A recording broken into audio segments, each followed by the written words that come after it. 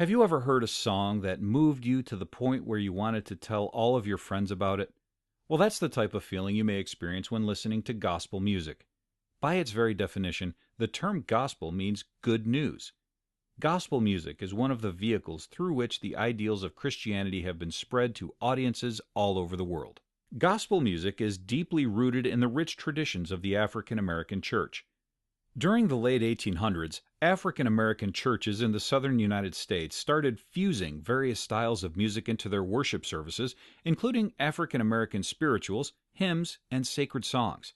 Such music was primarily sung at church and accompanied by hand clapping and foot stomping. At the heart of the gospel music tradition was the use of a choir. The church choir consisted of a group of volunteer singers from the church congregation. Choir members could easily be distinguished from the rest of the congregation because they normally dressed in uniforms, which were choir robes. This might be something you remember from various films like The Blues Brothers, Sister Act 2, or Norbit.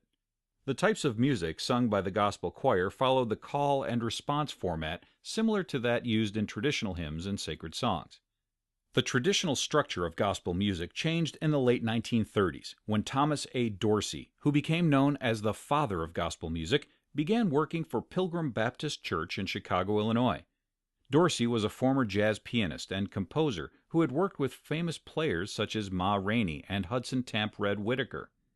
Dorsey created a new style of gospel music called gospel blues, which infused his study of blues and jazz with traditional gospel music. It was initially rejected. However, by the end of the 1930s, gospel blues won over acceptance as the new form of traditional gospel. Gospel music continued to evolve throughout the late 1930s.